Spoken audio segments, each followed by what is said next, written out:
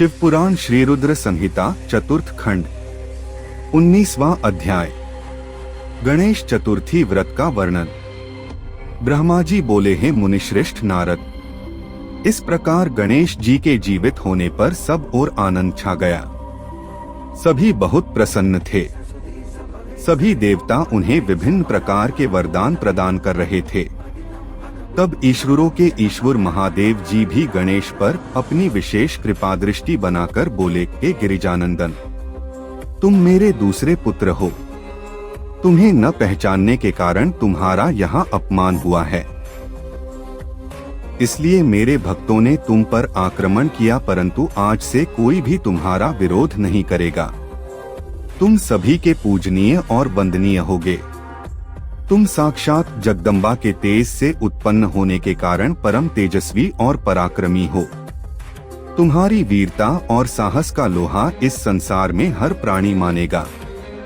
आज से तुम मेरे सभी शिवगणों के अध्यक्ष हो। ये सभी तुम्हारे आदेशों का ही पालन करेंगे। आज से तुम गणपति नाम से भी जाने जाओगे। यह कहकर सर्वेश्वर भगवान शिव 2 पल के लिए मौन हुए, फिर बोले, हे गणपति, तुम्हारा जन्म भाद्रपद मास के कृष्ण पक्ष की चतुर्थी तिथि को देवी पार्वती के निर्मल हृदय से चंद्रमा के उदय के समय हुआ है। इसलिए आज से इस दिन जो भी पूरी भक्ति भावना से तुम्हारा स्मरण करके व्रत करेगा, उसे समस्त सुखों की प्राप्ति होगी। मार्गशीर्ष मास के कृष्ण पक्ष की चतुर्थी के दिन सुबह स्नान करके व्रत रखें। धातु, मूंगे या मिट्टी की मूर्ति बनाकर उसकी प्रतिष्ठा करें।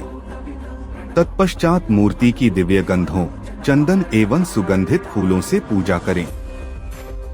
रात्रि में 12 अंगुल लंबी 3 गांठ वाली एक सी एक दूर्वाओं से पूजन करना चाहिए। उसके बाद धूप, दीप, नैवेद्य, तांबूल, अर्घ्य देकर गणेश जी की पूजा करें।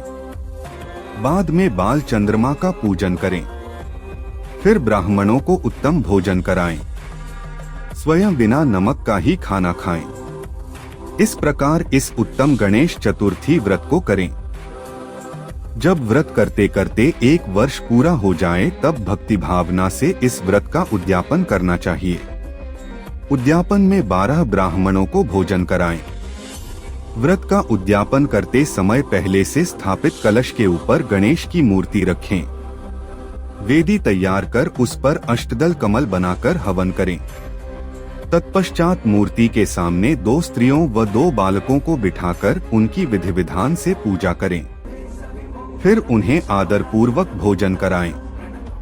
पूरी रात उनका भक्तिभाव से जागरण करें। सुबह होने पर गणेश जी का पुनः पूजन करें। पूजन करने के पश्चात उनका विसर्जन कर दें। फिर बालकों से का आशीर्वाद लेकर उनसे स्वस्ति वाचन कराएं और व्रत को पूर्ण करने हेतु श्री गणेश को पुष्प अर्पित करें। तत्पश्चात भक्तिभाव से दोनों हाथ जोड़कर उन्हें नमस्कार करें। हे गणेश, इस प्रकार जो श्रद्धा पूर्वक उत्तम भक्तिभाव के साथ तुम्हारी शरण में आएगा और तुम्हें रोज पूजेगा, उसके सभी कार्य सफल हो जाएंगे तथा उसे सभी अभीष्ट फलों की प्राप्ति होगी।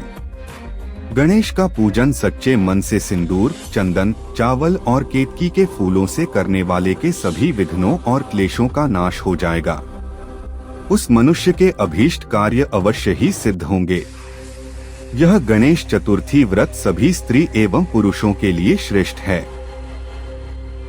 विशेषतः जो मनुष्य अभ्युदय की इच्छा रखते हैं, उन्हें उत्तम भक्ति भावना से इस व्रत को अवश्य करना चाहिए, क्योंकि गणेश चतुर्थी का व्रत करने वाले मनुष्य की सभी इच्छाएं और कामनाएं पूरी होती हैं।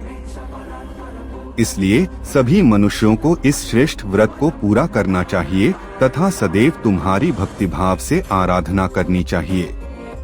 इस प्रकार त्रिलोकीनाथ भगवान शिव ने अपने पुत्र गणेश को सभी मनुष्यों तथा देवताओं द्वारा पूजित होने का उत्तम आशीर्वाद प्रदान किया।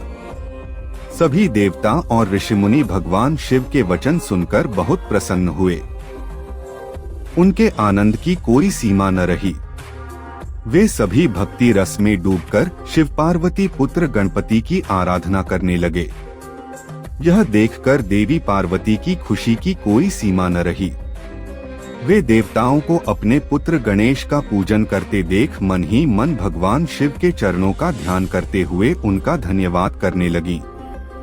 उनका सारा क्रोध पल भर में ही शांत हो गया था। उस समय सभी दिशाओं में सुमधुर दुंदुभियां बजने लगी। अप्सराएं सहर्ष नृत्य करने लगी। सुंदर मंगल गान होने लगे तथा श्री गणेश जी पर आकाश से फूलों की वर्षा होने लगी। अपने पुत्र को गणाधीश बनाए जाने पर माता पार्वती फूली नहीं समा रही थीं। उस समय चारों ओर उत्सव होने लगा।